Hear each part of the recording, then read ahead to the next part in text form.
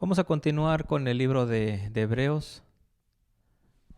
Este día nos toca Hebreos capítulo 6, donde hemos estado hablando de la fe en Cristo, la doctrina de salvación, la soteriología, y este tema está en discusión.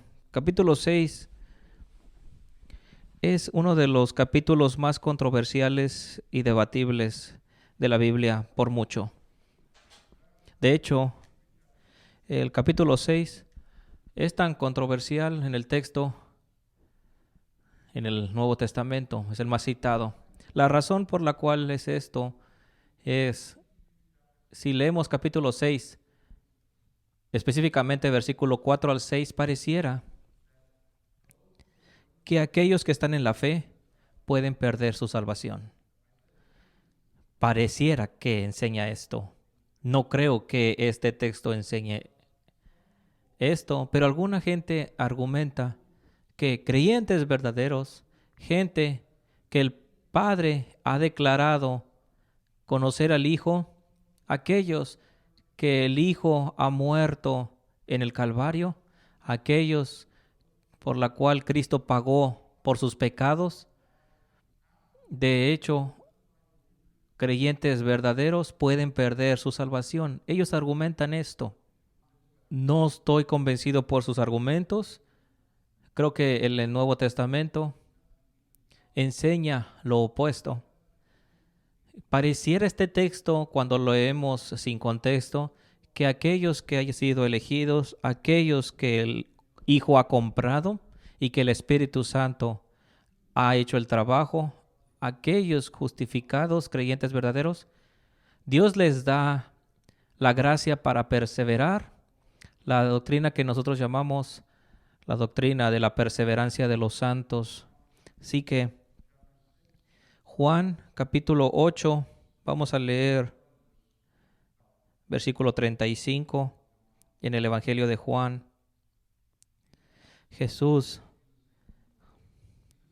Jesucristo les respondió: todo aquel que el Padre me da no se pierde, y todo aquel que viene a mí no lo echo fuera.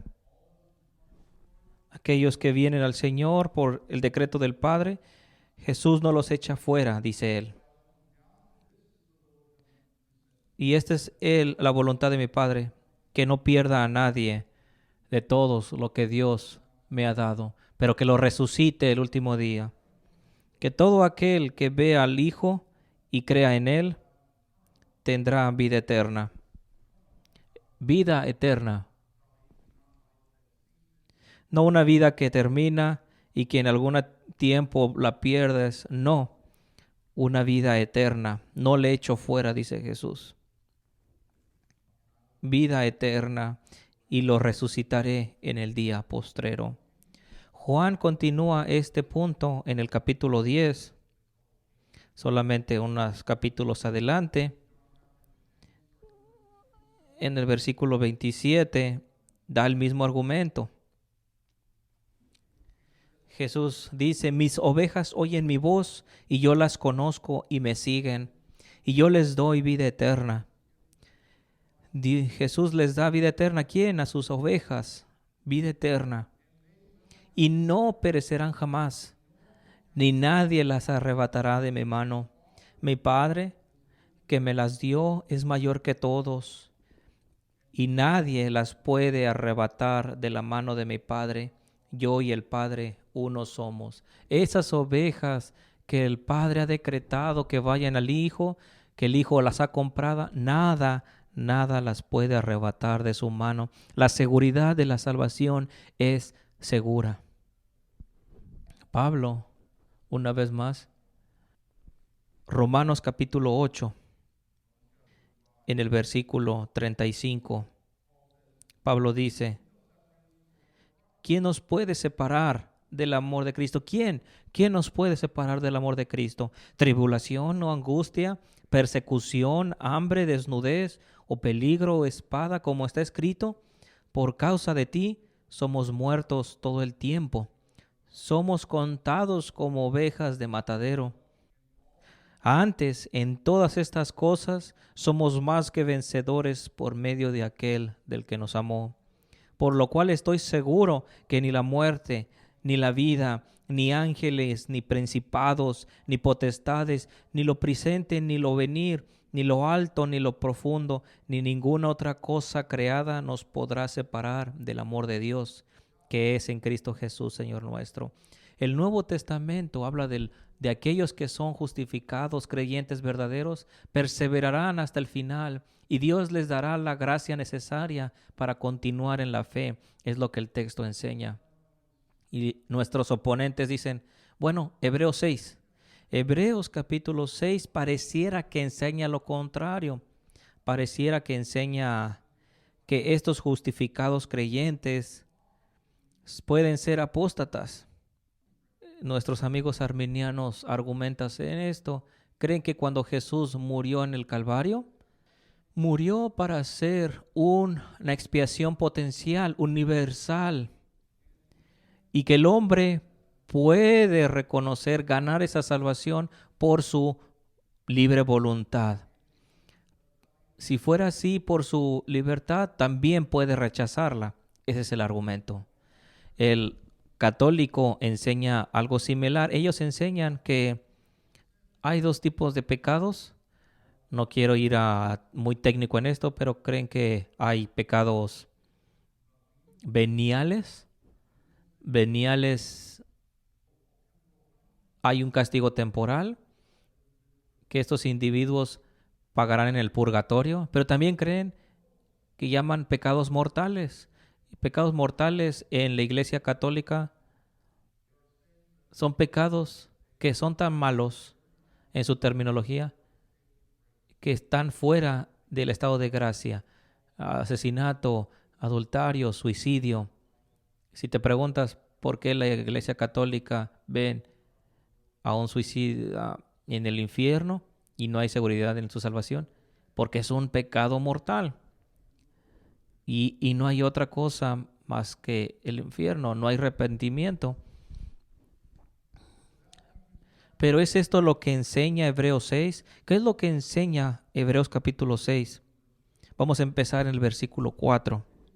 Porque es imposible que los que una vez fueron iluminados y gustaron del don celestial y fueron hechos partícipes del Espíritu Santo y asimismo gustaron de la buena palabra de Dios y los poderes del siglo venidero y recayeron, sean otra vez renovados para arrepentimiento, crucificando de nuevo para sí mismos al Hijo de Dios y exponiéndole a vituperio, porque la tierra que bebe la lluvia que muchas veces cae sobre ella y produce hierba provechosa a aquellos por los cuales es labrada, recibe bendición de Dios. Pero la que produce espinos y abrojos es reprobada, está próxima a ser maldecida y su fin es el ser quemada. Pero en cuanto a vosotros, oh amados, estamos persuadidos de mejores cosas y que pertenecen a la salvación, aunque hablamos así, porque Dios no es injusto para olvidar vuestra obra. Versículo 11, pero deseamos que cada uno de vosotros muestre la misma solicitud hasta el fin, para plena certeza de la esperanza, a fin de que no os hagáis perezosos, sino imitadores de aquellos que por la fe y la paciencia heredan las promesas. Este texto tiene tres diferentes secciones, tres porciones. Del versículo 4 al 6 es una exhortación, está exhortando a la iglesia. Del versículo 7 y 8, el autor está utilizando una parábola. Y del 9 al 12 es una nota de ánimo a la iglesia. Este es el contexto, que es lo que estamos a analizar esta mañana. Exhortación, parábola, motivo de ánimo. Para este tiempo sabemos qué es una exhortación, ¿verdad? Sabemos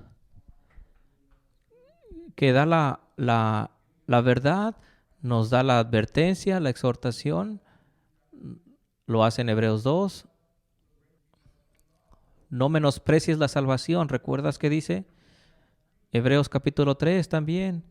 No seas inconverso, no seas como tus padres en Israel. No endurezcas tu corazón. Otra exhortación.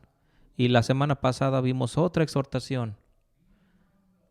Dejad la leche y creced en madurez. Busca la carne. Vimos otra exhortación, esta vez exhortando a la iglesia a no caer en apostasía, no ser un apóstata. Vemos esta parábola en el versículo 7 y 8. ¿Qué es una parábola? Es dando una verdad, una verdad lógica, usando una ilustración para dar una enseñanza. Eso es una parábola. Jesús relata parábolas todo el tiempo. Y muchas de las parábolas de Jesús son tantas cosas familiares a nuestra vida cotidiana. Y esto es exactamente lo que hace el autor en el capítulo 6. Una parábola acerca de la tierra, la lluvia, habla de la hierba, los espinos, abrojos. Y lo que está haciendo en esta parábola en capítulo 6 es usar un lenguaje familiar de la agricultura para darnos una ilustración de cómo se mira la iglesia. Y finalmente, el autor nos da un mensaje de ánimo. En este pasaje se nos dice que tienes una seguridad de salvación. Y vamos a hablar de lo que es esta seguridad en un momento. ¿Por qué la gente piensa que este texto habla de la pérdida de la salvación? ¿Por qué crees?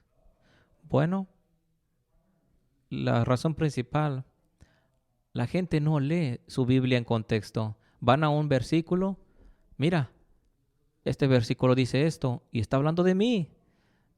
Está hablando de mí en el siglo XXI y mi salvación. Y tal vez podemos hablar de una aplicación, pero tenemos que entender que el texto en su contexto, y el contexto del capítulo 6 es Hebreos del 1 al 5, obviamente. ¿Cuál es la gran enseñanza de este domingo? Lo hemos dicho cada domingo. Está hablándole a una comunidad judía que están tentados a ir a los sacrificios, al sistema del pacto antiguo y no ver a Cristo y su cumplimiento. Ese es el propósito de este texto. Y si lo vemos fuera de ese contexto, perdemos el enfoque. No podemos leer estos pasajes y leerlos como si el autor nos está escribiendo a nosotros mismos. Está escribiendo para nosotros, para nuestra edificación, pero está escribiéndoles a ellos, a judíos del primer siglo. Tenemos que entender esto para entender la aplicación a nosotros. Finalmente, antes de entrar de lleno al texto, el autor en el capítulo 6 no está hablando a un individuo, está hablándole a una congregación. La realidad de una congregación, cualquier congregación, en el siglo I o en el siglo XXI, es que las congregaciones está compuesta de creyentes y no creyentes. Si eres parte de la iglesia de Dios, ¿qué significa? Es que has sido bautizado, has tenido comunión. ¿Eso significa que eres justificado, un creyente verdadero? No necesariamente. Significa que tienes la señal, pero no significa que has sido justificado con una fe verdadera. El autor habla a una congregación donde hay creyentes verdaderos y no regenerados, creyentes no verdaderos. La exhortación es esa, dice versículo 4, porque es imposible que los que una vez fueron iluminados y gustaron del don celestial y fueron hechos partícipes del Espíritu Santo, gustaron de la buena palabra y recayeron, sean otra vez renovados para arrepentimiento. Dice, es imposible. ¿Imposible hacer qué? Es imposible restaurar los arrepentimientos una vez más. Es imposible. ¿Quiénes son ellos? Bueno, aquellos que una vez fueron iluminados, gustaron del don celestial, partícipes del Espíritu Santo, gustaron de la buena palabra y recayeron. Es imposible que sean renovados para arrepentimiento. Y aquí es donde nuestros oponentes dicen, estas cualidades hablan de creyentes verdaderos. Creyentes verdaderos solamente pueden gustar del don celestial, pueden ser iluminados. Solamente un creyente verdadero puede experimentar esto. Y tiendo a estar en desacuerdo. Creo que el autor está diciendo que una experiencia en la iglesia de Dios, si eres parte de una iglesia y no estás regenerado, no conoces al Señor, pero aún vienes, todavía recibes gracia. Hay misericordia, experimentas del don celestial de enseñanza, la comunión, la cena del Señor, has sido bautizado. Son experiencias comunes en una iglesia en general, no solamente al creyente, no solamente al regenerado, sino al no regenerado. Son experiencias que se viven. Pero el punto aquí es, dice, hechos partícipes del Espíritu Santo. Oye, no puedes ser partícipes del Espíritu Santo si no eres creyente. Pero si vas a capítulo 3 del libro de Hebreos, dice lo siguiente, capítulo 3. Pero hemos compartido con Cristo, sí, de hecho, tenemos confianza. Aquellos que mantienen firme hasta el final.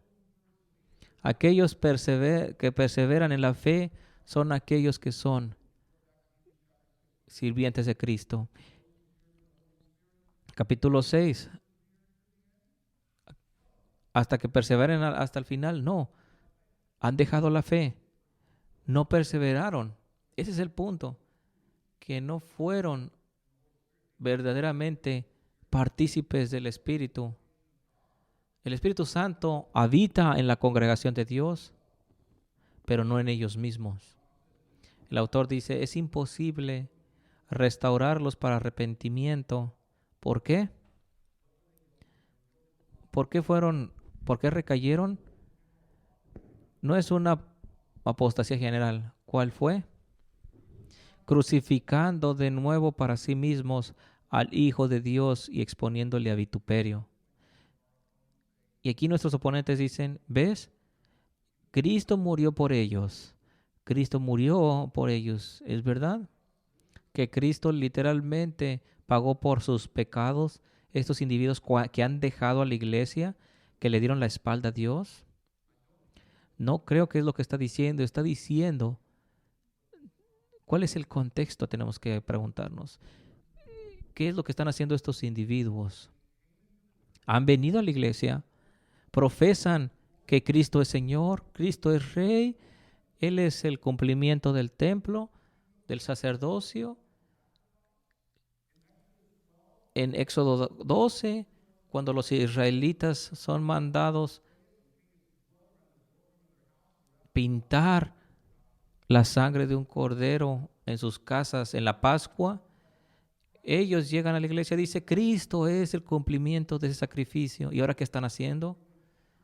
Externadamente, por influencias externas, se les dice, este Mesías que sigues no es adecuado.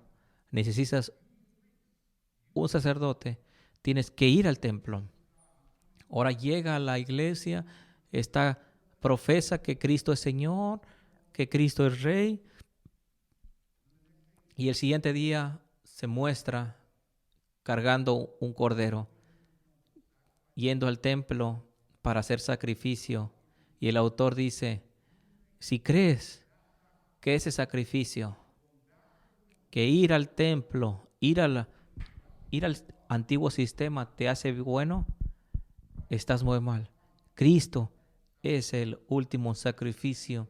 Y si le abandonas y regresas al templo y traes tu sacrificio, no has experimentado ese sacrificio. Ese es el punto de este texto. No está hablando de creyentes verdaderos en la fe que han experimentado las cosas de Dios y lo han rechazado. Y se ha hecho claramente esta enseñanza en la parábola del versículo 6 y 7. Del versículo 6 diciendo: porque la tierra que bebe la lluvia, que muchas veces cae sobre ella, y produce hierba provechosa, aquella por los cuales es labrada, recibe bendición de Dios. Hay tierra, y esta tierra recibe lluvia. ¿Qué es la lluvia? La lluvia es la enseñanza de la palabra de Dios, bautismo, la comunión, la enseñanza de las doctrinas de Dios. La tierra, que es el individuo, recibe las enseñanzas de Dios, y el texto dice: de la tierra que bebe la lluvia, produce hierba provechosa. Eres tierra, recibe la lluvia, la buena enseñanza, y produces buena hierba. Recibes bendición de Dios, dice el texto. No está hablando de bendiciones materiales. No está hablando de un nuevo carro. Recibirás salvación, bendiciones, bendición de Dios. Pero, versículo 8, pero,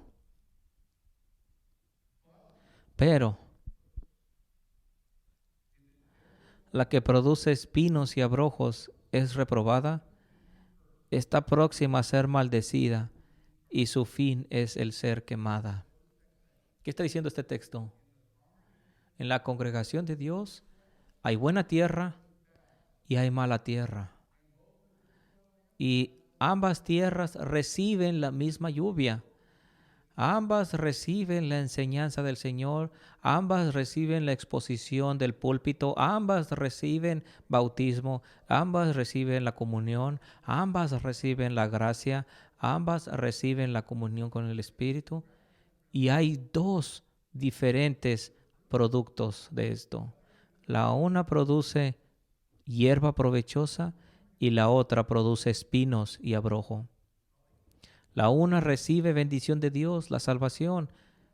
La aquella que produce espinos, maldecida, cortada, y su fin es el ser quemada. El lago de fuego, total oscuridad. Es muy claro aquí. Hay una distinción en la iglesia: aquellos que son verdaderos creyentes y aquellos que no han sido regenerados. Hay ellos que son buena tierra y aquellos que no tienen buena tierra y solamente producen espinos. Aquellos que reciben bendición, aquellos que son malditos y son quemados. Así que tenemos que ver Hebreos capítulo 6. Esto está hablando de creyentes verdaderos, que Cristo murió por ellos. Está hablando del elegido. Está hablando que quieren. Tenemos que leer el texto en contexto. Hay que leer versículos 7 y 8 y es claro, hay dos clases de gente en la iglesia: la buena tierra y la mala tierra. Vamos a hacer este punto para que no haya confusión. La buena hierba que la buena tierra produce porque es buena tierra.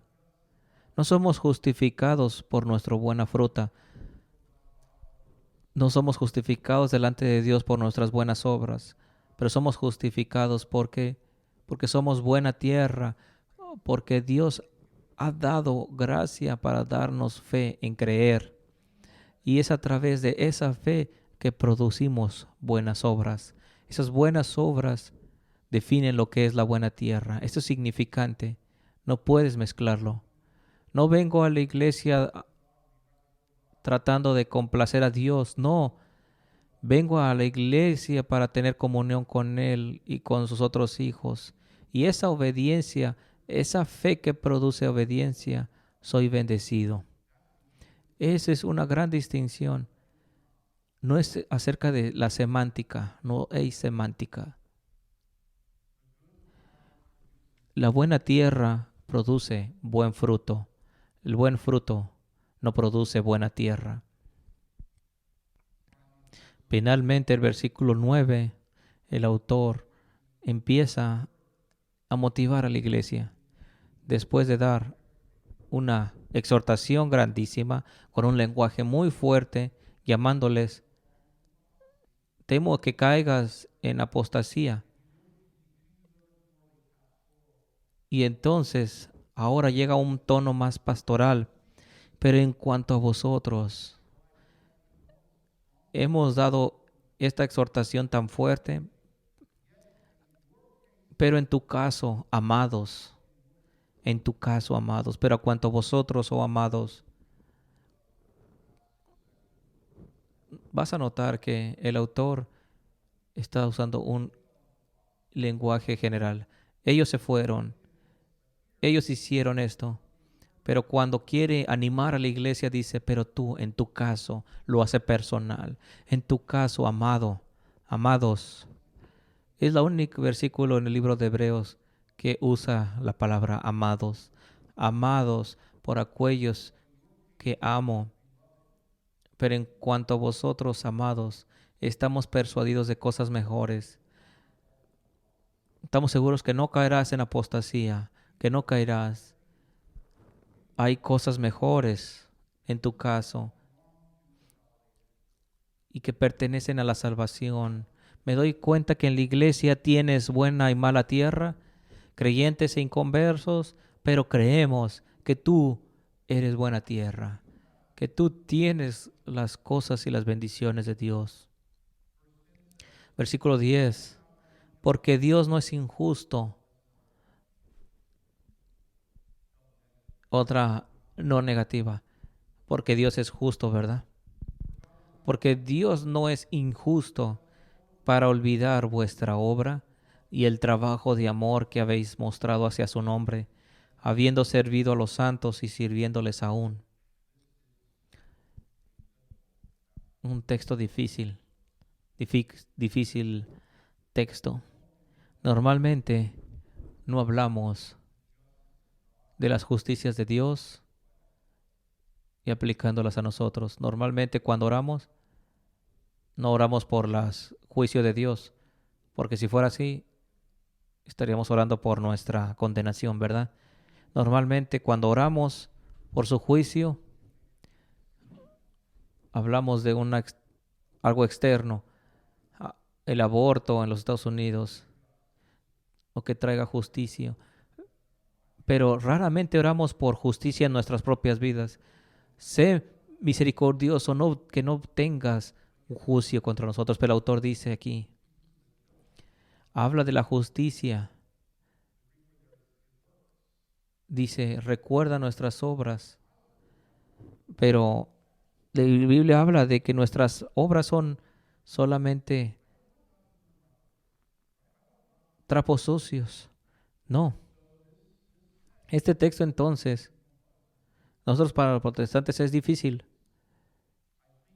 pero creo que lo que el texto está diciendo está siendo coherente con el contexto. ¿Cuáles son esas obras buenas? Obras que no vienen de mí. Aquellas obras a la iglesia, sirviendo a los santos, esas obras que no vienen de mí, vienen de la fe que no es mía. Es una fe que ha puesto en mí, una fe que ha sido implantada, que Dios le ha dado al regenerado, al creyente, al regenerado, para que produzca buenas obras. El autor simplemente está diciendo: Dios es fiel a aquellas buenas obras que has producido en sus vidas. Mis obras me condenarían, pero si Dios me salva, perdería la salvación en la noche. Pero la única manera de mantener la salvación y vida eterna y seguridad es si Dios es el único convenciendo al corazón. Dice el versículo 11. Hemos mostrado hacia su nombre, habiendo servido a los santos y sirviéndoles aún. Está diciendo, tenemos seguridad. Creemos que eres buena tierra porque las obras que has hecho, hemos visto cómo sirves a los santos y aún lo haces. Si le preguntas a un cristiano en el mundo, ¿cómo sabes que eres cristiano? Y dicen algo como, bueno, he hecho esta oración este día. O solía hacer esto, fui a México a ser misionero. No voy a la iglesia hoy en día. Pero mira, soy malo, un poco imperfecto ahora, pero mira todas las cosas buenas. Servir en la iglesia es bueno. Evangelizar es bueno. Buenas obras son cosas buenas. Pero la única cosa que puedes tener tu seguridad es un crecimiento espiritual en tu experiencia cristiana. No tienes seguridad en las obras en 10 años, pero las obras que tienes hoy. La seguridad es estar y mantener la fe. Es manteniendo, buscando a Dios en la tribulación, en los fallos, en los fracasos, a través del pecado, pero volviéndote a Dios. No viene de una oración o una profesión en un tiempo. Dice Santiago, aún los diablos creen en Dios. El versículo 11 dice, pero deseamos que cada uno de vosotros muestre la misma solicitud hasta el fin, para plena certeza de la esperanza. Vemos tus buenas obras, vemos, amados, sirves a la congregación en el pasado, en el presente, y esperamos y oramos que tengas la misma certeza de salvación. Oramos que tú lo veas. Versículo 12. A fin de que no os hagáis perezosos. ¿De qué se trata el sermón pasado? Leche y la comida sólida. Creciendo en la fe, buscando a Cristo. Y el autor dice, en el mismo contexto, no seas perezoso, no seas flojo. No llegues al tiempo de decir, oh, ya estoy bien delante de Dios. No seas perezoso. Mueve hacia adelante, crece a la madurez. Sino imitadores de aquellos que por la fe y la paciencia heredan las promesas. Sé imitadores que aquellos son buena tierra, imitadores que son creyentes verdaderos, que tienen un registro, que han caminado con el Señor, que han pasado tribulación. Imita a aquellos creyentes, imítalos, imita su fe y su paciencia, para que ¿qué? Heredes las promesas. De este se trata ese texto. Tanta gente viene a este texto, no lee el contexto y solamente salta y me dice, mira, creyentes pueden perder su salvación. No, el texto está hablando de gente inconversa en el primer siglo que llegan a la congregación, viven entre cristianos, que han profesado que Jesús es el Señor, que es el cumplimiento, y aún quieren ir al templo con su cordero en la mano, tratando de complacer a Dios, un Dios intrascendente. Hay creyentes en esta iglesia no regenerados. Hay buena tierra que producen buenos frutos, y mala tierra que produce espinos, y serán cortados y quemados. Eventualmente caerán en apostasía. Pero el texto dice, hablando de las maldiciones, tú que eres buena tierra, perseverarás. Y tenemos fe que este es el caso en ti. Tenemos fe que eres tú, porque hemos visto buenas obras. O vemos que amas a la iglesia, Así que tengas certeza. Hemos visto aquellos que han corrido la buena carrera. No está hablando de creyentes que pierden su salvación. Aplicación. Aún aunque el texto está hablando a judíos en el primer siglo, toda la escritura es, Pablo dice, buena para nosotros, para corrección, para enseñanza. Entonces así que podemos tener aplicación de este texto. Y son textos como este que nos llaman a analizarnos y hacer una examinación individual.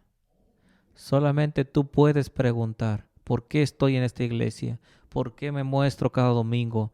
¿Es porque quiero adorar a Dios o por mis hijos o porque mi esposa me dice? ¿Estoy aquí porque me muestra ser un buen ciudadano? Es un tema de corazón que solamente tú puedes responder.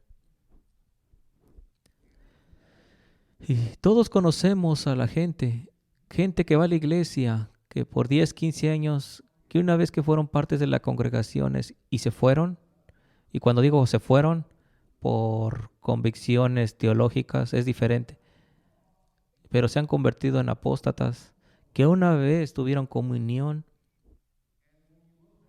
y cuando ves que tienen fruto por un tiempo, pareciera que fueron creyentes verdaderos, pero la Biblia enseña un regenerado genuino no deja la fe. Primera de Juan dice,